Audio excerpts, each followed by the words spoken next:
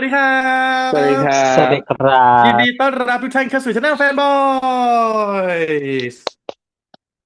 มาจ้าทุกคนนี่คือการทำ recap เนาะคลิปนี้คือการ recap นะครับ Love of สีลมใน EP ที่อืมสองจ้าซึ่งเรามีคลิป reaction ไปก่อนหน้านี้แล้วนะครับแล้วก็พาร์ทนี้หลังจากที่เรา react ไปด้วยกันเนาะแล้วก็มาพูดคุย recap กันจ้าว่าเรารู้สึกยังไงเห็นอะไรมีประเด็นไหนอยากพูดคุยนะครับใช่ใชแล้วครับ่อ่ะซึ่ง EP นี้ EP 2ก็เป็นก็การให้เราเขาเรียกอะไรอ่ะกี่ดื่มคุณจะให้เรากี่ดื่ม หนึ่งดื่มกริ๊งค่ะพอเหรอคะต้องเหมาดื่มค่ะไม่ใช่หนึ่งเหมาดื่มนะคะดื่มไหมคะเหมาดื่มไหมเหมาคะดื่มเออนะคะไม่ก็แบบเป็นเด็กใหม่เพิ่งจะเริ่มก็ต้องค่อยๆเป็นค่อยเอาๆไปค่อยๆทีละสองดื่มสามดื่มอย่างเงี้ยเอออือ่ก็เหมือนเดวาายุไงเอืออมมา EP นี้เฉลยเร็วมากค่ะว่าโรสคือเพื่อนเลิฟเพื่อนรักเพื่อนรักเลยอ่ะเพื่อนเลิเลิฟเลฟเนาะยแล้วคือเอาจริงคือเรารู้สึกว่าเนี่ยคือการเข้ามาของบทตัวละครผู้หญิงแล้วเอาจริงนะต่อให้เขาไม่ได้เปลี่ยนให้โรสเป็นเพื่อนอ่ะเราก็ยังชอบโรสอยู่ดี ถูกอืมอืจริงมคือมันกลายเป็นว่าตัวละครไม่ท็อกไม่เอาตัวละครผู้หญิงไปผู้ยี่ผู้ยอืมำใช่ไหมชอบฉากที่เขาเข้ามาแบบมาชอนมากเลยเนอะตอนที่แบบเอออยู่ใน อุ้ยอันนั้นเลิศมากเลยนะบน difficult โต๊ะอาหาร situation นั้นอ่ะนะเออเออต่อหน้าพ่อหน้าแม่แล้เอวเขามาช่วยอ ไว้เออดีดีคือแต่ก็คือแสดงว่ามันก็คือต้องสนิทถึงเลเวลนั่นแหละที่จะรู้ว่าพอถึงเวลาเสร็จปุ๊บช้อนฟักเออเออด้วยใดๆด้วยความสนิทแหละใช่เพราะใช่ถ้าไม่งั้นไม่ออกมาอีหลอบนี้หรอกอ่าแต่ก็anyway พอมาเป็นเวย์เพื่อนสนิทก็มีความน่ารักไปอีกแบบหนึ่งอืมชอบแล้วก็เล่นธรรมชาติมากสุดๆคือมันเป็นเขาเรียกอะไรอ่ะโรสเป็นเพื่อนชะนีที่สนิทที่สุดอ่ะนี่คือคำนี้เลยคือเพื่อนชะนีเออเพื่อนชะนีที่สนิทที่สุดแล้วแบบว่าอ้าปากก็รู้แล้วมึงอืคะมหยุดอย่างเงี้ยเออเอออารมณ์นั้นน่ะอะไรอย่างงี้คือมันจะน่ารักตรงทางที่มันมีวิธีการพูดอืมอืมที่แบบเพื่อนสนิทแล้วพออืมมันเป็นวิธีการพูดแบบเนี้ยแล้วมันดูเราสนิทกับเขาไปด้วยอืมอืมใช่เออเนาะอันนี้สร้างความรู้สึกด้วยทำให้รู้สึกใกล้ชิดตัวละคร ใช่อืแล้วก็พมอเราว่าพอมีตัวละครแบบโรสอะมันทำให้คนดูอย่างเราอะรู้สึกใกล้ชิดกริดไปด้วยอืมคือพอเราดูอะตอนที่ยังไม่มีโรสเนาะเรารู้สึกว่าเราอะสนิทกับวายุเร็วกว่านึกออกใช่ ปะเราอะเข้าถึงตัวละครอย่างวายุง่ายกว่าเพราะว่าวายุไม่ได้เป็นคนที่มีกำแพงมากแล้วก็ไม่ได้เป็นคนที่มีมาดใช่แต่กิอ่าจคืออ่ากำแพงสูงส่งมากเพราะฉะนั้นคนดูอะจะเข้าถึกิจงวาจะนิ่งยุได้เร็วเออ อืมๆถูกแล้วคือกริดอาจจะมีความนิ่งคนดูอ่ะจะสนิทกับกริดได้ช้าแต่พอมีโรสเข้ามามันทำให้คนดูอ่ะเอ้ยเข้าหากริดได้แบบง่ายขึ้นอ่ะอืมใช่เพอโรสเป็นคนเดียวที่ทำให้กริดอะไม่ต้องไวมากอืมอืมพอกริดไม่ไวมากไม่มีงกำแพงมันอาจจะมีนะแต่อาจจะลดน้อยลงมามันเลยอืมทำให้คนดูอะเข้าถึงกริดใช่อืมรีแลกซ์ไปด้วยอืมดีอันนี้เราว่าสร้างตัวละครมาแล้วตัวละครออกตัวละครเท่สใช่ร้างตัวละครเท่เออจริงจริงแล้วก็ทำหน้าที่มากไปกว่าการเป็นตัวละครตัวหนึ่งอ่ะอืมอันนี้ดีชอบเลยในตัวของอืมโรส ชอบเหมือนกันแล้วเนี่ยเพราะเราจำได้นะตอนที่เราคุยกันอีพีที่แล้วเนอะเราอืเป็นห่วมงเรื่องของการมีตัวละครตัวนี้มากเลยนะเพราะมันถึงเวลาเปิดมาปุ๊บมีแฟนอืมอืแล้วเรามก็จะเริ่มเดากันได้ทันทีว่าแบบเอ้ยถ้าเกิดอย่างเงี้ยสิ่งที่มันจะเกิดขึ้นคือมันต้อง abuse ตัวละครแน่ๆเลยไง อ่าเอออืมแต่พอวันนี้มาคือแบบเฮ้ยเราชอบเลยคือแบบฟลิปแล้วอืมมันกลายเป็นว่าเรารักโรสไปเลยแล้วจริงแล้วเราเนี่ยเอาใจช่วยด้วยเอซ้ำว่าอเอ๊ะแล้วถ้าถึงวันหนึ่งที่เขาต้องบอกความต้องจริงอ่ะทำยังไงจะเป็นยังไงเเป็นห่วงออเป็นห่วงล่วงหน้าแล้วอ่ะใชเออ่อะไรอย่างนี้แต่ใดๆก็แล้วแต่ยังมีคนหนึ่งไม่รู้ค่ะคือพวกเราอะรู้ว่าโรสคือใคร แต่มีอืมคนหนึงที่ไม่รู้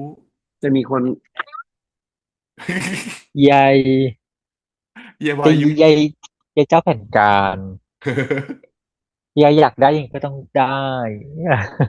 นางเนี่ยพยายามจะมีกรอบนะพยายามจะแบบเอ้ยเขามีแฟนแล้วแต่อะไรคือมีฉันงงนางก็สู้นะเอาจริงไม่ๆนะแต่นางก็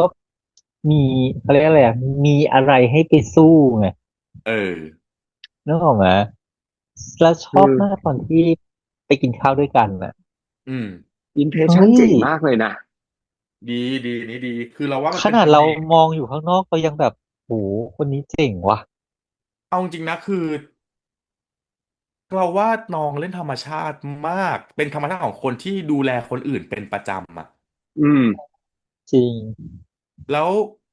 จริงๆมันเป็นมุมที่เราแบบลืมไปเว้ยคือตอนแรกอ่ะเราไปคอนเซิร์นว่าเฮ้ยไปร้านอาหารแพงๆแบบเนี้ยวายุจะมีปัญหาเรื่องของราคาหรือเปล่าแต่อืมกลายเป็นว่าเขาสามารถที่จะเปิดเมนูดูเมนูสั่งอาหารได้โดยที่แบบทุกอย่างลื่นไปหมดเลยอ่ะใช่แล้วมันสมูทมากคือมันก็คือพาร์ทของอันหนึ่งที่เขาสามารถแฮนเดิลได้อืมถูกไหมอืโอเคด้วยมปัจจัยราคาถามว่าทำการบ้านไหมมันทำการบ้านแหละเพราะรู้อืมอยู่แล้วว่าเวลาการเลือกอะไรแบบเนี้ยมันมันใดๆมันก็ต้องมีเกรดดิ้งขึ้นมาแบบหนึ่งซึ่งเราว่า พอแฮนเดิลแล้วสวยอ่ะเราว่าเขายิ่งเขาใส่บทอันนี้เข้ามามันยิ่งทำให้รู้สึกว่าการเป็นเด็กบาร์โฮสคืออาชีพหนึ่งที่เขามีความรู้ความสามารถอืมเฉพาะใช่สิที่เขาทำเว้ยซึ่งถูก ให้ใครไปทำมันไม่ได้หมายความว่าใครก็ทำได้เห็นปะใช่คือคือมันต้องมีสกิลและอืมีคมวามรู้และมีความรู้กว้างมากกว่าคนปกตินะจ๊ะใส่ใจเนาะใช่คือเขาถูต้องสามากรถจริงคุยได้เกือบทุกเรื่องทุกเรื่องอืมแล้วคุณจะไปรู้ได้ยังไงว่าเราก็ต้องบอกตามตรงว่าลูกค้าคุณร้อยพ่อพันแม่หมื่นคนคุณจะคุณจะสโคปอยู่ในกรอบเท่าเดิมไม่ได้อืมใช่ซอแล้วฟต์สกิลฮาร์ดสกิลมาครบเลยนะ อืมเรารู้สึกว่า AI หุ่นยนต์ทำแทนไม่ได้นะคือเราถูกรู้สึกว่ามันเป็นการดูแลเอาอกเอาใจโดยที่ไม่ต้องถึงเนื้อถึงตัวแต่มันทำให้เราทำให้คนที่ถูกดูแลรู้สึกดีได้อะเรายังรู้อะจริงสึกดีเลยอะจริงชอบทานเนื้อไหม้งั้นผมเลือกเมนูให้กินความสุขไหนเอ๊ะเอเดี๋ยวผมหาอ วายแพริ่งให้เลยคือเรารู้สึกว่ามันเป็นการดูแลที่แบบมันรู้สึกดีนะ unexpected นะเว้ยเอาจใส่ใจริงไงอืๆดีเทจริงลตรงเนี้ยตอนแรกจริงด้วยความคิดก็คือมาก็ต่างคนต่างกินก็กินกันไปก็วายกันไปก็คุยกันไปแต่อันนี้คือ unexpected นะหั่นเนื้อให้รอเขากินก่อนสังเกตอ้าวเขาไม่เออเกิดอะไรขึ้นอ้าวไม่เอกินอันนี้เหรออเดี๋ยวแต่กะดีเออสารภาพเลยว่าจากที่เออเป็นเมนละครหลังข่าวแล้วดูมาเยอะเพราะฉะนั้นพอถึงฉากแบบเนี้ยละครหลังข่าวมักจะทำให้ตัวละครที่เอ่อความความสามารถน้อยอืมจะมาต้องประสบกับปัญหาที่เอ๊ะจะสั่งอะไรอ่านว่าอะไรอ่ะอ่าอันขนี้คืออะไร นาดอ่านยังอ่านไม่ออกอ่าจะสั่งอะไรสั่งไม่ได้สั่งไม่เป็นเพราะฉะนั้นอืมพอมาเจอแบบเนี้ยเราแบบโหมันผิดไปจากที่เราคาดการณ์อืมแล้วมันก็ว้าวแล้วว้าวไม่ได้แค่นั้นสเต็ปถัดมาเลือกเนื้อได้เสร็จปุ๊บมีไวน์อีกถามวาย pairing ได้คุณสอีกมบัติแบบนู่นนี่อืมนั่นโอ้โหมาเต็มครบแบบยิ่งกว่าที่เราคาดการณ์อีกอะซึ่งเอาจริงๆนะตัวของเศรษฐสถานะของตัวนะตัวของวายุอ่ะไม่น่าจะเป็นคนที่แพลิงวายอ่ะอืมคือคือคือถ้าไม่ได้เป็นคนที่เนิร์ดวายมาก่อนอ่ะนึกออกปะคือไม่น่าใช่จะเป็นคนที่นั่งแพลิงวายกับอาหารในชีวิตประจำวันอ่ะอืมเออจริงอันนี้คือศึกษาแล้วก็เป็นอืมอันนี้น่ารักทำออกมาดีมากแล้วเราอืรู้สึกดีกับม ฉากนั้นมันเลยทำให้ตัวละครของวายูอะดูมีเสน่ห์ขึ้นไปอีกเออใช่มีเสน่ห์มากนะฉากนั้นอ่ะ ใช่จริงมันจากว้าวอีพีอ่ะแรกเราเห็ที่เรานแล้วมันอะตกว้าวอ่ะอืมอีพีแรกเราตกหลุมรักวายูนะด้วยความที่นางแด่แด่ไง นึกออกไหมเออเออแด่แด่ถูกใจเราไงตกหลุมรักไปนิดนึงแล้วพอมาอีพีสองโหมาพาร์ทเวอร์ชันอีกแบบหนึ่งโอ้ก็ยิ่งได้ใจเราไปอีกเขาทำให้เราเชื่อได้ว่าเนี่ยคื คือคนที่แบบสามารถได้ดื่มหรือได้เนาะอืมีมขึ้นมาเป็นแบบรองท็อปได้เลยอือะไรเงี้ยมอืมแต่น้องภูมิเก่งน้องเก่งเล่นดีแล้วเล่นธรรมชาติมากเล่นแบบเรารู้สึกมากว่าเขากำลังดูแลคนตรงหน้าเอาใช่จริงๆนะโดยปกติเราว่าพวกเราก็ดูซีรีส์มาเยอะอืมแต่เรายังไม่เห็นจุดหลุดแม้กระนิดเดียวเลยนะในการแสดงอ่ะอืมเออแล้วมันไหลลื่นถึงแบบไม่ว่าจะมุมคือเขาเรียกอะไรอะไม่ว่าจะอยู่ตรงฟังก์ชันในซีนไหนก็แล้วแต่อืมมันมีความแบบไหลลื่นตลอดเวลาคือโฟลว์ได้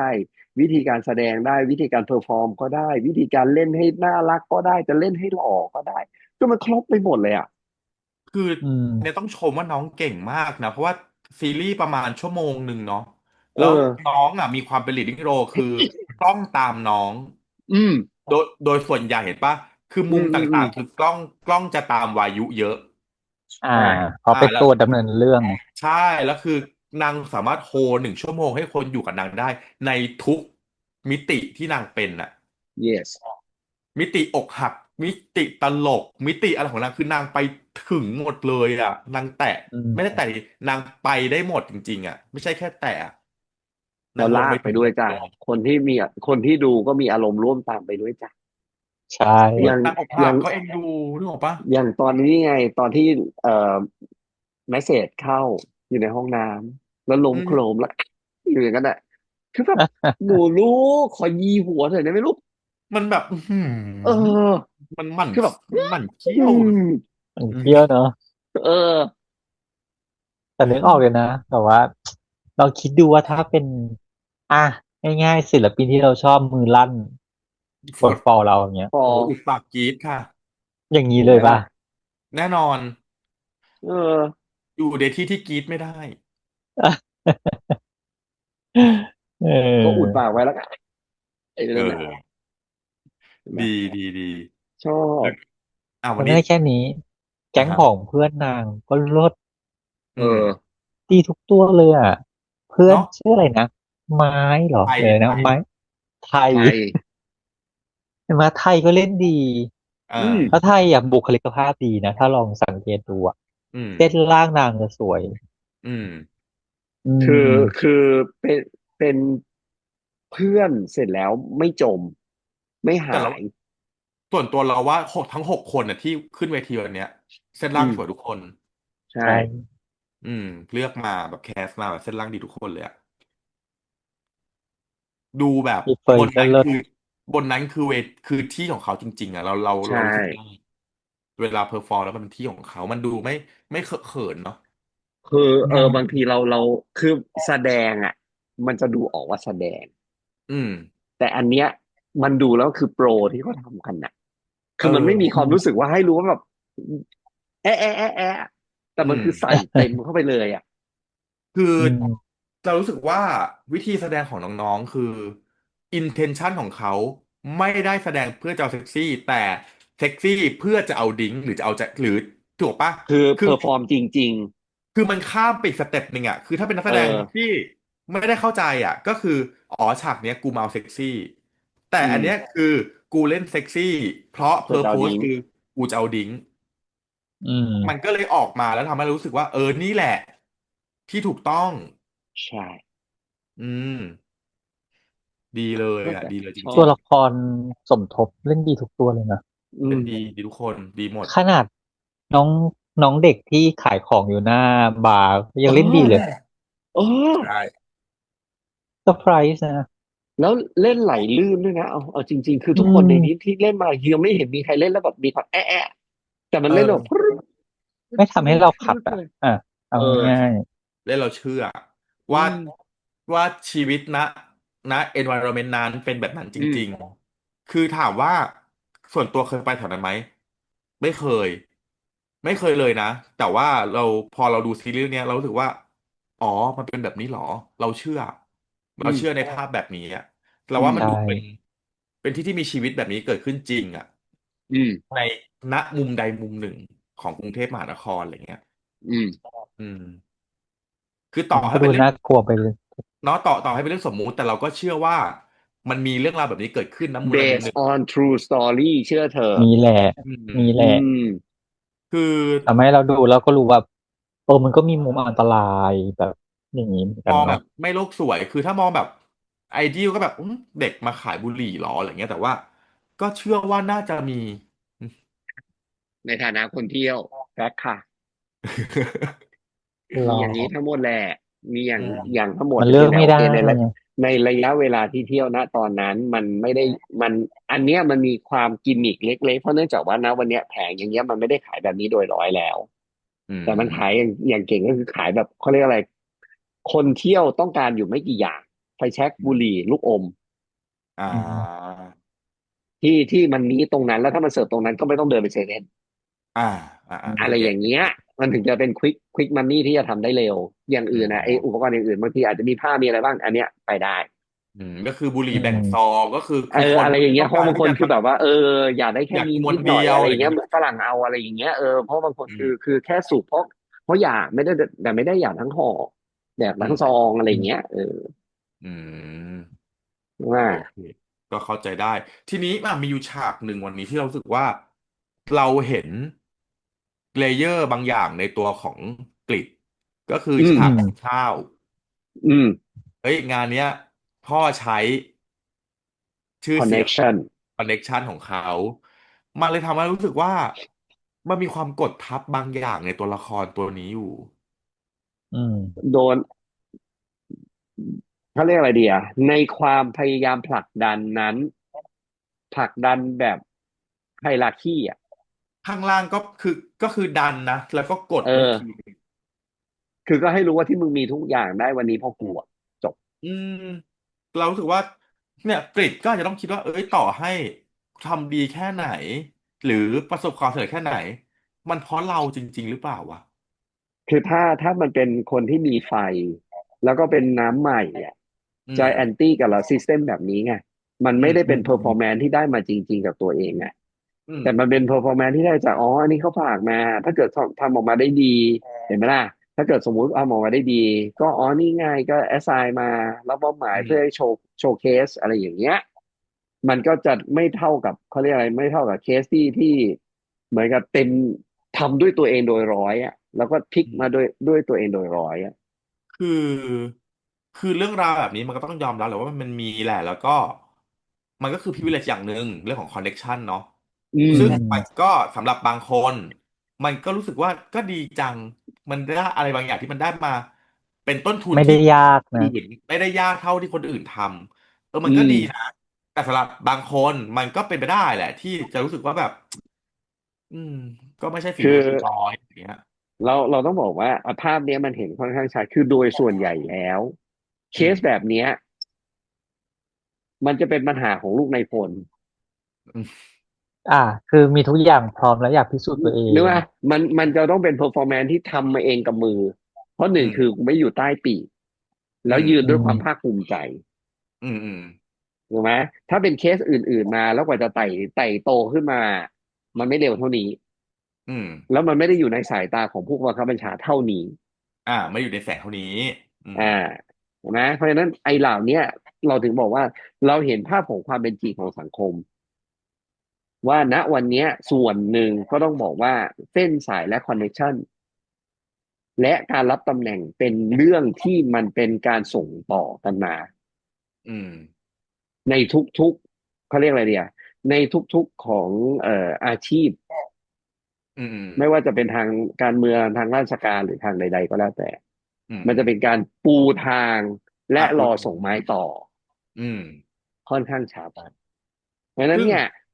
มันก็จะแค่ดูในภาพเฉยๆว่ารุ่รุ่นลูกจะมาในเวอร์ชันไหน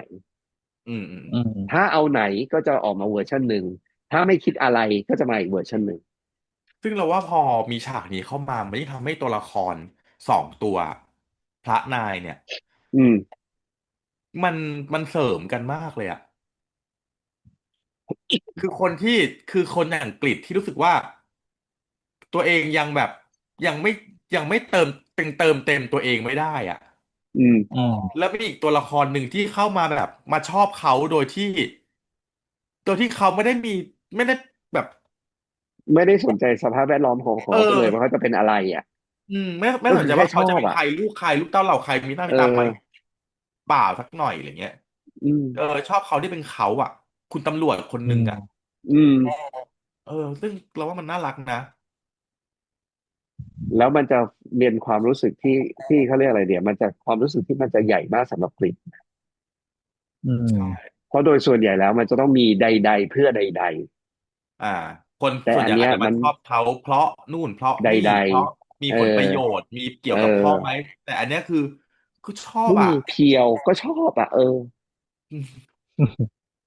ไม่ชอบขนาดนี้จะวอลแวร์ขนาดนี้ไหมจะเอาสูตรไป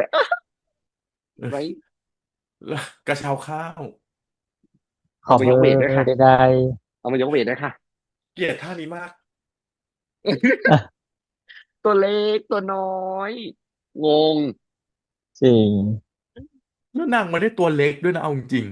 เอแต่เล่นอได้ตัวเล็กมากๆแต่เล่นตัวเล็กเล่ร้อนดียห้าสิบบร้อยร้อยห้าสิบห้าสิบช่วยดูกล้ามด้วยค่ะแต่นางเล่นดีถอดบเล่นแบบถอดเสื้อมาเห็นไหมล่ะคะอืทั้งแขนเพราะทั้งอกนางเคยอยู่ชมรมละครอะไรนะละคละครร นะคะ อยู่ทุกที่เลยชมรมอยู่ไหนนะคะนะฉันอยากจะไปเข้าบ้าง อุ้ยอุ้ยฉันเดานะตอนเนี้ยเชนอะกับชื่ออะไรนะที่ตอนแรจะไปรถกใช่ไหมอ่ะเออเชื่อว่านางเป็นแก๊งกันเว้ยไม่อ่เด็กาบางคนที่เป็นตัวท็อปอะที่บอสเล่นอ๋ออะ เออใช่ว่านางเป็นแก๊งค้ามนุษย์ด้วยกันแล้วก็เสียคนแรกที่ขึ้นไปรับรางวัลท็อปสเปนเดอร์ท็อปบริจาคก็ตรงนั้นนั่นก็แก๊งอีกหนึ่งในเอก็อแก๊งกันอืมอืมอืมเพราะมันยังต้นไงก็แค่หย่อนไว้แล้วเดี๋ยวค่อยรวอ่าบใช่ใช่ว่าแก๊งกันอืมเห็นด้โหวยโหแต่ว่าเอาจริงๆนะประเด็นใหญ่เนาะคือพาไปถึง human trafficking อ่ะเออแล้วผมมันใหญ่มากแล้วสถานที่อโคจรแบบนี้นี่แหละ ของจริงมันคือสถานที่ที่เป็นสถานที่อะโคจรแต่คนที่มาทำงานตรงเนี้ยดันเป็นคนที่แบบรักดีคนหนึ่งอ่ะมันก็เลยแบบเออเห็นทางไปว่ะความวุ่นวายจะต้องป่วงพอสมควรเลยนะเอาจริงคำถามเนาะคือถ้าเป็นเราจะรับออฟเฟอร์ดีไหมว่าคุณมาเป็นสายสืบให้ผมแล้วก็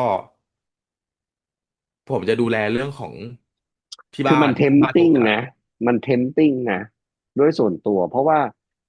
คือทั้งหมดทั้งกระดานแล้วจริงๆเขาเป็นคนใฝ่ดีเขาเป็นคนใฝ่เขา เรียนเขาเป็นคนใฝ่ดีเขาเป็นคนใฝ่เรียนแล้วก็เขาเป็นคนเป็นเด็กเรียนหนังสือเป็นเด็กฉลาดคนหนึ่งนะอืเพราะมอย่างน้อยเขามีหูหนึ่งที่มีสติที่ฟังแม่เฟยอะว่าใช่เฮ้ยระวังนะเอออืมมันมีคำเตือนจากผู้ใหญ่ที่เขานับถืออะเออแล้วซึ่งเอาจริงๆอะถามว่าถ้าถ้า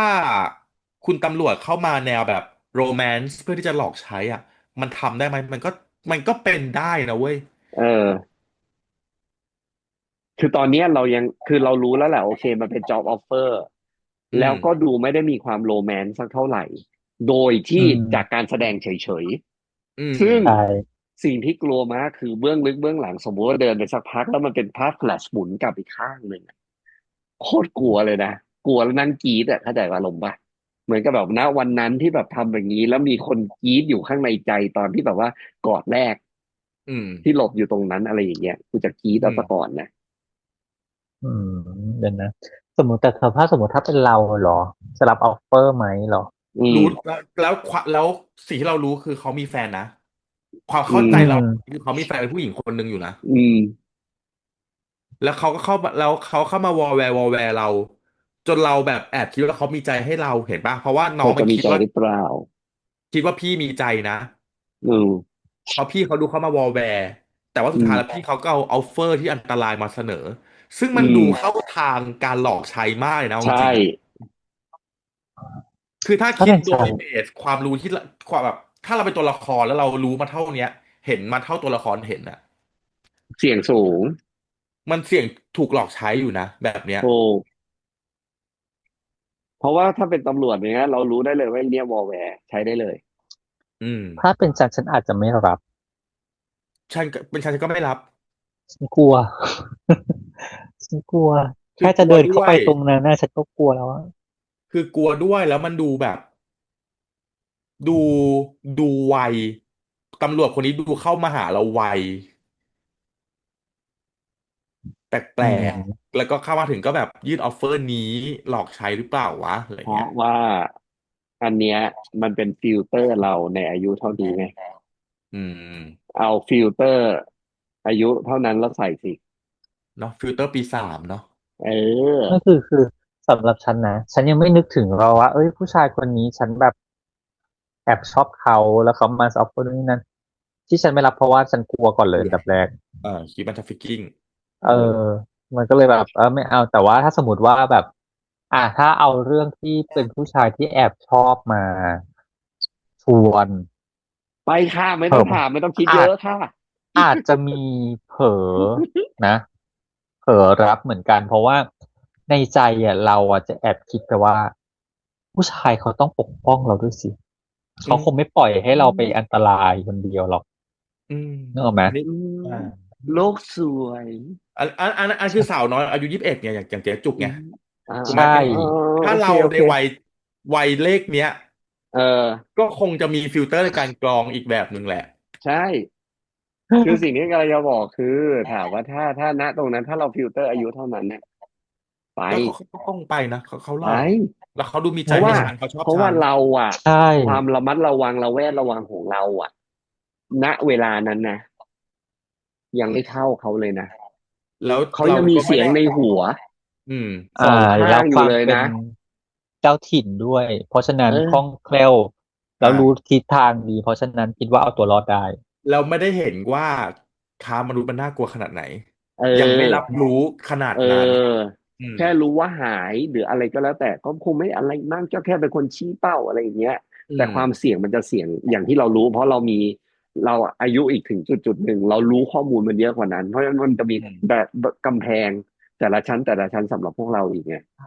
อื่มกลัวตายไม่ใช่หรอกจริงพอก็จริง ฉันก็เหลือเวลาอีกไม่เท่าไหร่ก็จะไปแล้วเธอให้ฉันอยู่เถอะฉันให้ไปไม่อยากไปก่อนเวลาอันควรให้ไปทางช่องทางธรรมชาติใช่ไหมครับ เออยังเหลืออีกหน่อยเดียวแล้วขอฉันใช้เถอะเวลาที่เหลือ ไม่เน้นช็อตคัทเหรอคะ ฉันยังมีสิ่งที่อยากทำอีกหลายอย่างก็เข้าใจได้แล้วทุกคนล่ะคิอืมดยังไงเนาะโอ้วันนี้เราคุยกันเยอะเหมือนกันนะเดี๋ยวนะอืมเพราะว่าสนุกสนุกรอบที่แล้วเรากรุบเองอ่าเอาไปแล้ว EP 1ไงEP 2เนื้อเรื่องอ่ามาเต็มขนาดนี้เราเก็ต้องคุยออกันเต็มขนาดนี้เอเพราะว่าอถ้าดูจากที่เราคุยกันเนาะก็คือเราดูซีรีส์เต็มมาทุกคนเราดูแบบเต็มเลย1 ชั่วโมงใช่แล้ซึ่งว